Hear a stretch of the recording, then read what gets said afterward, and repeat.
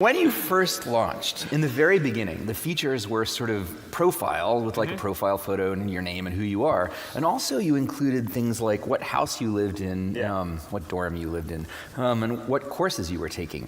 Do you think it would have worked without that? Would it have been enough just to have profiles? You know, it's a really interesting question. I mean, we certainly since then have evolved and wanted to make a more general service, so we've dropped some of those things. But I remember there's this early debate that Dustin and I had where we had to do some manual work for every school that we released Facebook at. And I remember having this debate where Dustin was like, we could just expand so much faster. It would be easier to launch new schools if we didn't have to have course catalogs for each school.